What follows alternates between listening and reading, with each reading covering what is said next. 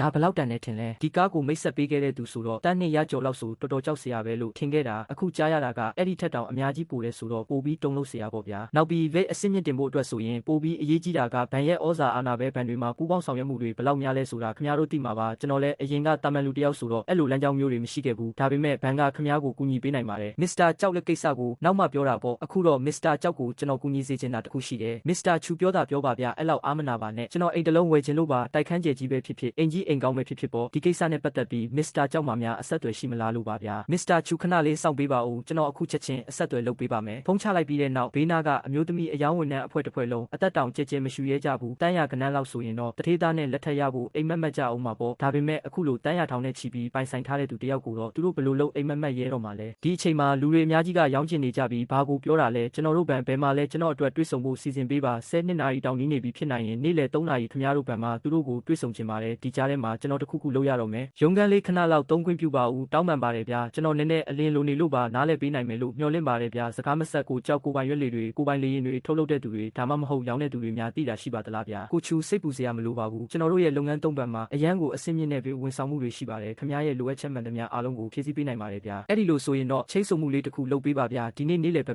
တွေ့ကြတာပေါ့ကိုဖုန်းကိုချလိုက်တဲ့ချိတ်ဆုံမှုအတွက်အချိန်ကတော့စောနေသေးတာပေါ့ဟုတ်တာပေါ့ဆက်ပြီးတော့ပေးရအောင်ပါပဲလေကံကောင်းတာတစ်ခုကဒီလမ်းမတစ်လျှောက်လုံးကစိန်ခံပစ္စည်းအမှတ်တစိတ်တွေနဲ့ပြည့်နေနေတာပဲမီတာ900မပြည့်ခင်မှာပဲခင်ဗျားကပေါ်ရှိ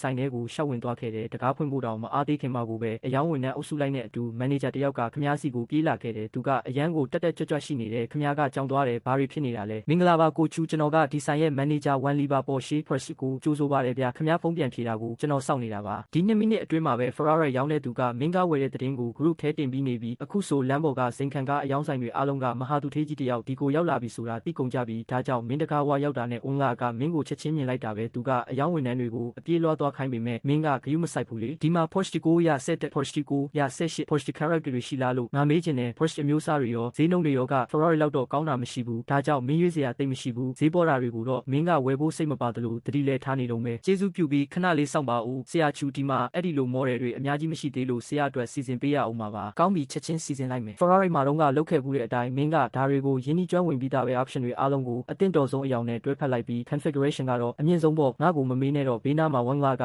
ကွန်ပျူတာတစ်လုံးနဲ့အသင့်ပြင်ဆင်ပေးထားပြီးသားဒါကကလေးကစားတယ်လို့လွယ်တဲ့ကိစ္စပဲဆရာချူခင်များဆရာရွေးချယ်ထားတဲ့အတိုင်းဆိုရင်ဒီကားတွေအားလုံးအတွက်စုစုပေါင်းယွမ်တန်း90ကျတင်ပါမယ်ငါးစီးလုံးပဲ configuration လဲအတူတူပဲကပ်ပို့လိုက်တော့1လတယောက်လက်လျှော့လူမတက်ဖြစ်သွားတယ်ဘာလို့လဲဆိုတော့အခုလိုကမ္ဘာစီးပွားရေးအခြေအနေမကောင်းတဲ့အချိန်မှာဒီလိုအဆင့်မြင့်ပစ္စည်းတွေကိုရောင်းရတာတကယ်ကိုခက်ခဲနေတာကိုမင်းရဲ့ဒီလိုကြွယ်ဝစွာသုံးစွဲမှုကအဲ့ဒီနေရာမှာရှိတဲ့အယောင်းဝန်ထမ်းတိုင်းကိုတုံလုံးစေခဲ့တာပဲမင်းကစာချုပ်ပေါ်မှာလဲမြင်ဆန်လက်မှတ်ထိုးရမှာကျွမ်းကျင်ပြီးသားတနာရီမပြည့်ခင်မှာပဲမင်းကလူအုပ်ကြီးနဲ့အတူ Porsche ဆိုင်ကနေထွက်ခွာသွားခဲ့တော့တာပေါ့